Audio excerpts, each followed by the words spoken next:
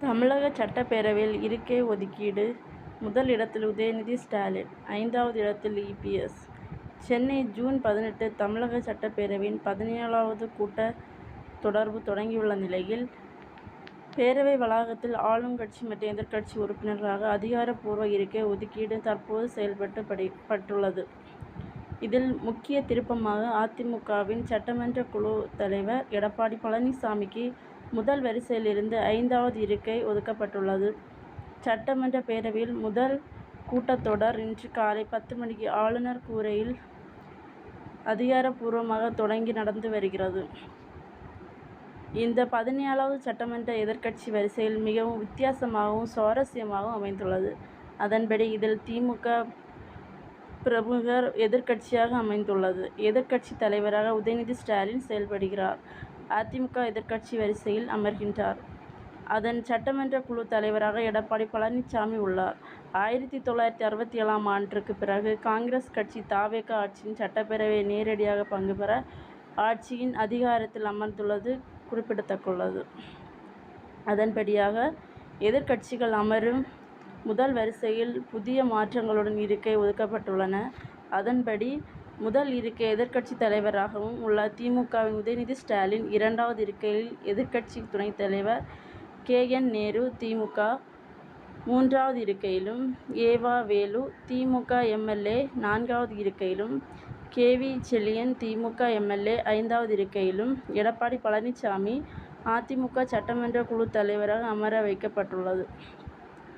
எடப்பாடி பழனிசாமியை தொடர்ந்து அதிமுக சட்டமன்ற உறுப்பினர் ஓ. எஸ். மணியன் 6வது இடம் மற்றும் அக்ரி கிருஷ்ணமூர்த்தி 7வது இடம் ஆகியோர் இருக்கையில் ஒதுக்கப்பட்டுள்ளனர்.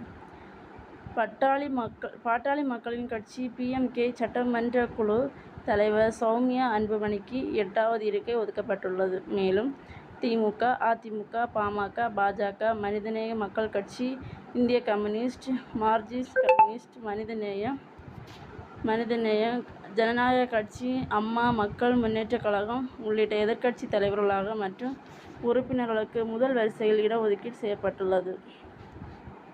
தமிழகத்தில் புதிதாக பொறுப்பேற்றுள்ள த.வெ.க. தலைமையிலான ஆளுங்கட்சி தரப்பில் முதல் வரிசை இருக்கைகள் ஒதுக்கப்பட்டுள்ளன. அதன்படி முதல் இருக்கையில் தமிழக முதலமைச்சர் விஜயை தொடர்ந்து அடுத்தடுத்த இருக்கைகளில் த.வெ.க. அமைச்சர்கள் ஆதவ் அர்ஜுனா, அருண்ராஜ் மற்றும் செங்கோட்டையன் ஆகியோர் அமர்ந்துள்ளார்கள். அதோடு ஆளுங்கட்சியில் முதல் வரிசையிலே கூட்டணி கட்சிகளாக சேர்ந்து அமைச்சர்களாக காங்கிரஸ் கட்சியில் விஷ்ணு பிரசாத், ராஜேஷ்குமார், விடுதலை சிறுத்தைகள் கட்சியில் வன்னியரசு மற்றும் ஐ.யு.எம்.எல். கட்சியில் அமைச்சர் ஷாஜகான் ஆகியோர் இட ஒதுக்கப்பட்டுள்ளது. ஏற்கனவே நடைபெற்ற சட்டமன்ற நம்பிக்கை தீர்மானத்தின் போது இந்த அதிகாரப்பூர்வமான இருக்கை ஒதுக்கீடு செயல்படாமல் இருந்த நிலையில், தற்போது 17வது கூட்டத்தொடர் தொடங்கி முறைப்படி இருக்கையில் ஒதுக்கப்பட்டுள்ள உறுப்பினர் அமர்ந்துள்ளனர்.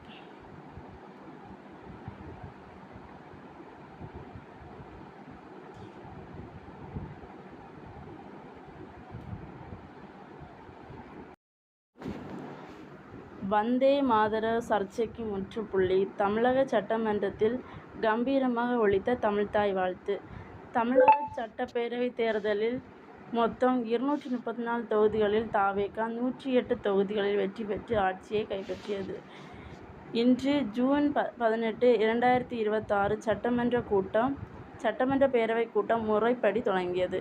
இந்த கூட்டத்தொடரில் தொடக்கத்திலே மாநில அரசு பாடலாக தமிழ்த்தாய் வாழ்த்து முதலாவதாக பாடப்பட்டு, அனைத்தும் தொடர்ந்து நாட்டின் தேசிய கீதமான ஜனகன மன இசைக்கப்பட்டது.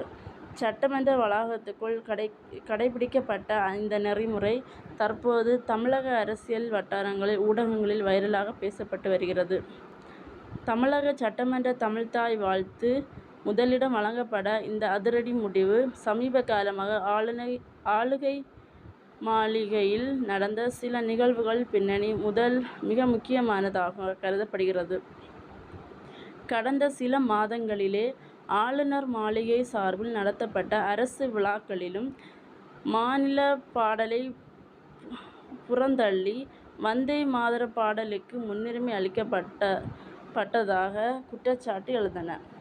ஆளுநரின் இந்த செயல்பாட்டிற்கு பல்வேறு அரசியல் கட்சிகளும் தமிழ்மொழி உரிமை அமைப்புகள் இப்பொழுது தங்களது கடுமையான எதிர்ப்பை பதிவு செய்துள்ளன.